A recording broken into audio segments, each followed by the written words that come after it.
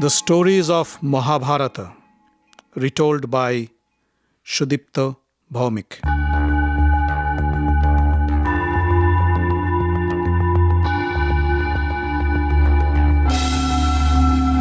Welcome, dear friends, to another episode of The Stories of Mahabharata. In the last episode, we heard how the Kuru princess paid their Guru Dakshina to their teacher Drona by capturing King Drupad for him. We also learned how Dhritarashtra was forced to declare Yudhishthira as the crown prince of Hastinapur.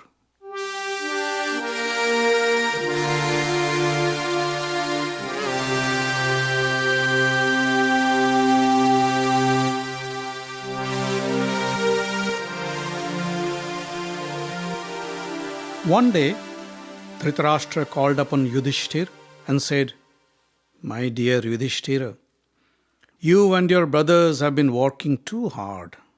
You have been constantly fighting wars and hardly had any rest. I think you should take a vacation. Why don't you make a trip to the beautiful city of Varanabata? I hear that a great festival is underway in Varanabata. Kings and their representatives from all over the country are attending this festival. Why don't you and your brothers go to Varanavata and spend few days there as representatives of Hastinapur? You can take your mother Kunti with you. You will get your rest and you will also enjoy the festivities." Yudhishthir was surprised to hear of this proposal and he suspected that something must be wrong. But he knew that he wouldn't be able to decline the offer either. So, he humbly accepted the proposal and said, "Uncle, your wish is our command. We will soon leave for Varanavata." Duryodhana was delighted to hear the news. He never expected that his plan would get such a great start. He called upon his trusted confidant Purochana and instructed him, "Go to Varanavata right away and build a house for the Pandavas. But build it with highly flammable materials, a house that would burn down to ashes in minutes when struck with a tiny spark. But remember, no one should suspect a thing. When the house is built, invite the Pandavas to stay there. And when they settle down," Duryodhana gestured with his hands the action of lighting a fire. Evil Purochana right away knew what his master was asking for. He grinned and said, "Don't worry, Prince Duryodhana. I'll make sure your mission succeeds." Duryodhana said, "Please do, and I promise you, you will never have any dearth of wealth. Now go and start your work." Purochana hired few skilled artisans and rushed towards Varanavata. And in a short period of time, they built a beautiful house made with highly flammable materials like wood, sawdust, lac, and wax. When the Pandavas, along with their mother Kunti, arrived in Varanavata, Purochana welcomed them to their new house. But the moment Yudhishthir entered the house, he knew he was stepping into a death trap. The faint but indistinguishable odor of lac and wax told him that Vidura's warning was not unfounded. Just before the Pandavas were about to leave for Varanavata, Vidur came to know of this conspiracy through his spies in the palace.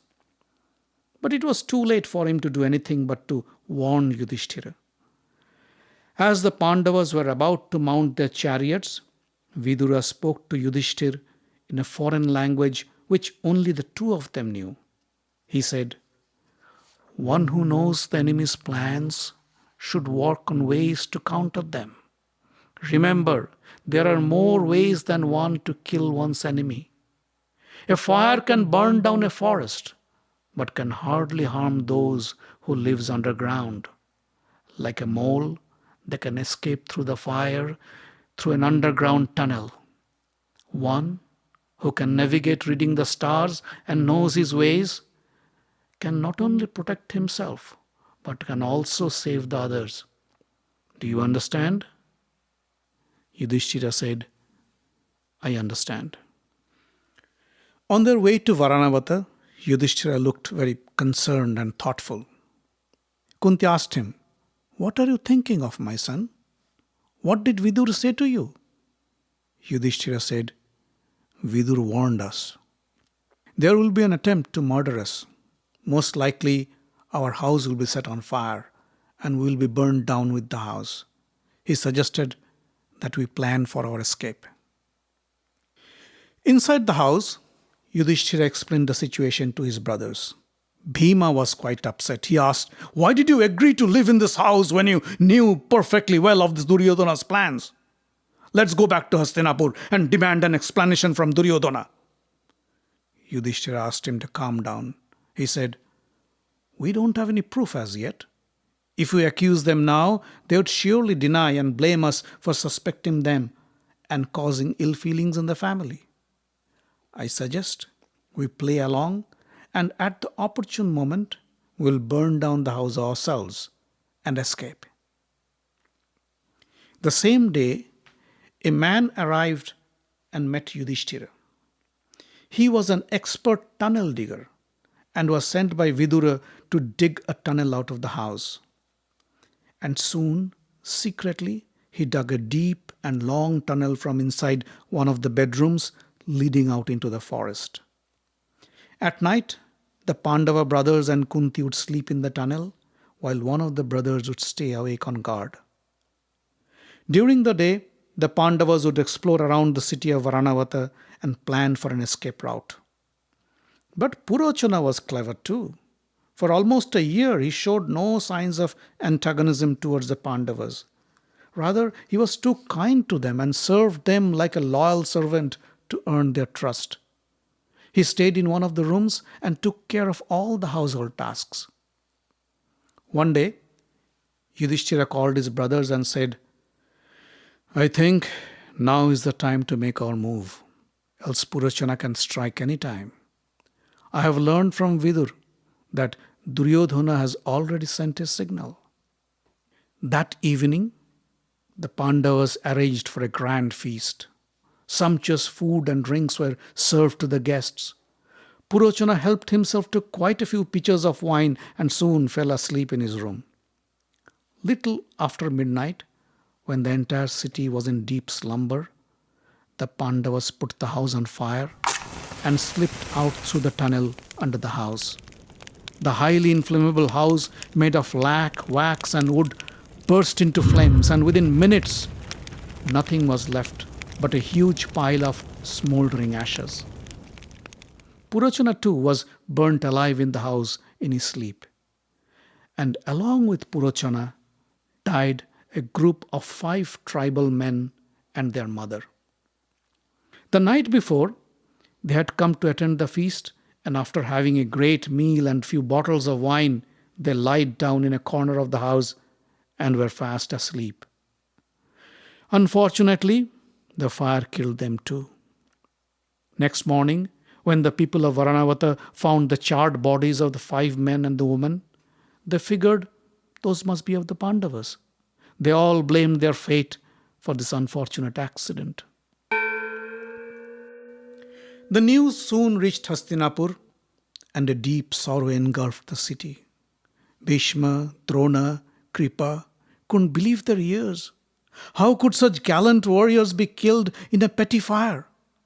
Dhritarashtra, Duryodhana and his brothers, they all openly lamented the loss of the Pandavas, but inside they were bursting with joy. They declared a month-long mourning and donated large amounts of wealth to the Brahmins and to the poor, who in turn praised the glory of the Kurus.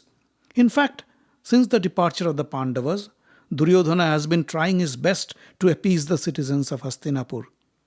And now, the death of the Pandavas gave him the opportunity to win their sympathy. Only Vidur knew that the Pandavas were safe and sound. But he kept his mouth shut and patiently waited for their return.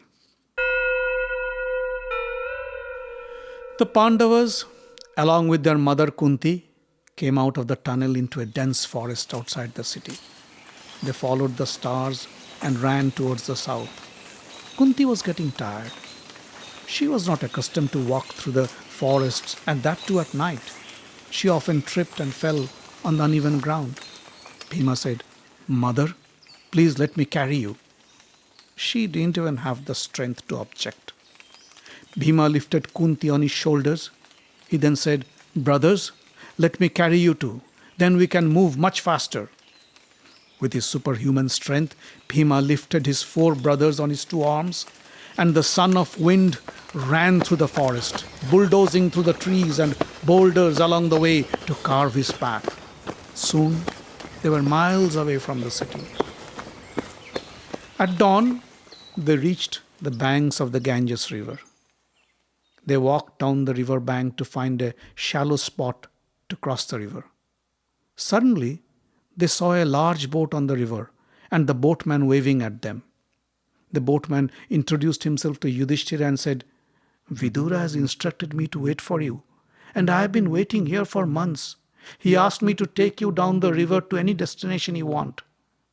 He was speaking the same language that Vidura had used earlier with Yudhishthira. The Pandavas had no reason to distrust him. The boat took them down the river Ganges and dropped them off on the other side, next to a deep forest. Bhima once again picked up Kunti and his brothers and trampled through the forest. At dusk, Kunti asked him to stop. "I am very thirsty, my son. Can you arrange for some water?" Bhima gently put her down and said, "Mother, wait here with my brothers. I'll get some water for you." Bhima wandered through the forest and found a lake. He fetched some water for his mother and brothers. But when he returned, they were fast asleep. He didn't wake them. Rather, he sat on a rock nearby and stayed awake to guard them. In that forest lived the ferocious demon or Rakshasa, Hidimb, and his sister Hidimbaa. These Rakshasas or demons were ferocious and powerful beings. They hated humans and loved to eat their flesh. They also possessed various mystical powers. They could change their shape and form at will, and they had the power to fly and could perform many magic tricks. Hidimba was deep asleep, but the sweet smell of human flesh woke him up. He got up from his bed and ordered his sister, Hidimba, I smell human flesh. Some human beings must have come to our forest. Go and get them for me. Tonight we will have a grand feast." Hidimba was also interested in tasting human flesh after a long time. She followed the scent and soon found Bhima sitting next to his sleeping mother and the 4 brothers. But looking at the muscular and handsome Prince Bhima, Hidimba was struck by a thunderbolt, and right away she fell in love with him. She felt if she could accept someone as her husband, it could only be Bhima. Hidimba magically took the form of a beautiful maiden, dressed herself in gorgeous clothes and jewelry, and came in front of Bhima to seduce him. She asked, "Who are you, my dear? And who are these men and women sleeping next to you?" Bhima was quite surprised to see such a pretty woman in a deep forest like this and was quite suspicious. So, instead of answering her question, he asked, "Who are you, woman? And what brings you here?" Hidimba smiled coyly and said, "I am Hidimba, sister of Hidimbo, the demon who rules this forest. He wants to devour you all and has sent me to fetch you. But I have fallen in love with you and would like to marry you. Come with me. I will take you far away from my brother and we can live happily ever after." Bhima was not at all impressed. He angrily said, "You horrible demon, how dare you make such a proposal? I would never leave my mother and brothers here to be eaten by your Rakshas brother." Hidimba said, "I can save them too. Wake them up, and I'll fly you all to safety." Bhima replied, "I can't wake them up now. And let me tell you, I am not afraid of any demons or Rakshasas. Go back and send your brother. I'll teach him a lesson he will never forget." But Hidimba didn't have to call her brother. Hidimba was hungry and couldn't wait any longer, so he followed the human scent and arrived in front of Bheema and Hidimba. When he saw Hidimba in human form and flirting with Bheema, he was furious. He growled at her and said, You bitch! I will kill you too, along with these humans. He then ran towards the Pandavas to attack them. Bheema stopped him and said, Hey, you coward! Why do you blame your sister? Whatever she did was only because she is in love with me. And don't you dare awaken my mother and brothers. Come here and fight me if you dare. Bheema pulled Hidimba to one side so as not to disturb his mother and brothers, and soon a fierce battle started. Hidimba pounced upon Bheema only to be tackled and thrashed on a large boulder. Hidimba cried out in pain, but he didn't give up. He caught up and attacked Bheema again, and this time Bheema picked him up and hurled him away, and Hidimba crashed into a huge tree and broke it apart. The noise of the battle woke up Kunti and the brothers. Hidimba was standing next to Kunti. Kunti asked her, Who are you, girl? Hidimba introduced herself and said, Mother, I am in love with your son Bheema and would like to marry him. Would you please bless me and grant me my wish? In the meantime, Yudhishthira, Arjuna, Nakula and Sahadeva were all watching Bheema and Hidimba's battle. They were quite amused with the way Bheema was toying with this giant Rakshas. But it was getting late, and the sun was about to rise. Arjuna called upon Bheema and said, Brother, please finish this game soon. The sun is about to rise, and during this twilight period, these demons can multiply their power. Finish it. Bheema lifted Hidimba over his head, spun him around few times, and then crashed him to the ground like a thunder. Hidimba's bones were shattered by this powerful blow. Bheema then struck his torso with a powerful kick and broke his spine to kill him. Bheema then came to Hidimba and said, You Rakshasas cannot be trusted. I must kill you too. Yudhishthira came forward and stopped him. Brother, he said, you shouldn't hurt a woman, let alone kill her. She hasn't done us any harm, and she'll never be able to do so. Hidimba kneeled down in front of Kunti and said, Mother, I have abandoned my family for the sake of my love. I cannot go back now.